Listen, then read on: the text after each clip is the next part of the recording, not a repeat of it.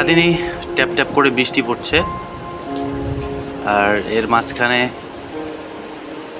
মেঘনা নদীর বুক চিরে বালুর যে ট্রলারগুলো সেগুলো চলছে। পাশেই বিষ্ণন্দী ফেরিঘাট এবং ফেরিঘাটের ওই পাটটা দেখা যাচ্ছে, অর্থাৎ ব্রাহ্মণবাড়িয়া অঞ্চল। তাছাড়া এ ধরনের আবহাওয়া ভালোই লাগে, সারাদিন বৃষ্টি, এর মাঝখানে যদি একটু রেস্ট পাওয়া যায় অর্থাৎ ঘুমানোর সময়, তাহলে খারাপ হয় না। দেখুন, বালুর ট্রলার, উভমুখী দুটি ট্রলার, মাঝখানে ক্রসিংয়ের একদম দ্বার প্রান্তে, অর্থাৎ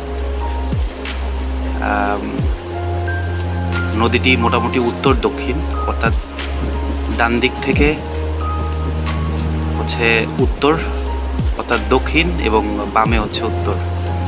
তো দক্ষিণ দিক থেকে উত্তর দিকে যে ছোট ট্রলারটি যাচ্ছে সেটি অলরেডি ক্রসিং করে ফেললো, এবং উত্তর দিক থেকে বড় ট্রলারটি, বালু ভর্তি ট্রলারটি ধীরে ধীরে দক্ষিণ প্রান্তের দিকে এগিয়ে যাচ্ছে।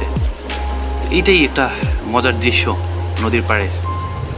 আপনাদের কাছে কেমন লাগে আমি জানি না, তবে উত্তাল নদী, অর্থাৎ বৃষ্টির সাথে সাথে নদীর রূপও চেঞ্জ হয়ে যায়, অর্থাৎ নদীর বুকে ঢেউ চলে আসে।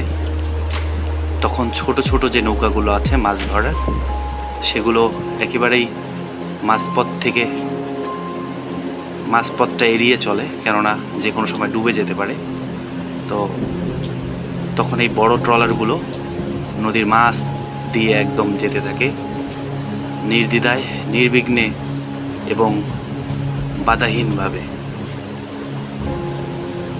এটা হচ্ছে মেঘনা নদী, আর মেঘনা নদীর দিনের চিত্র একরকম থাকে এবং রাতের চিত্র একরকম থাকে। আকাশ পুরো মেঘে ভরা, মানে একটুও তিল ছাই নেই।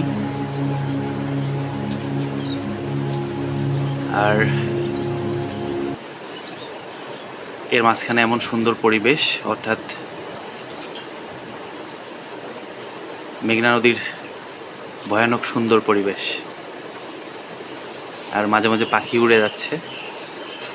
আর সামনে যে গাছটি দেখতে পাচ্ছেন এটি হচ্ছে নিম গাছ, এবং পাশে কিছু তাল গাছে আছে।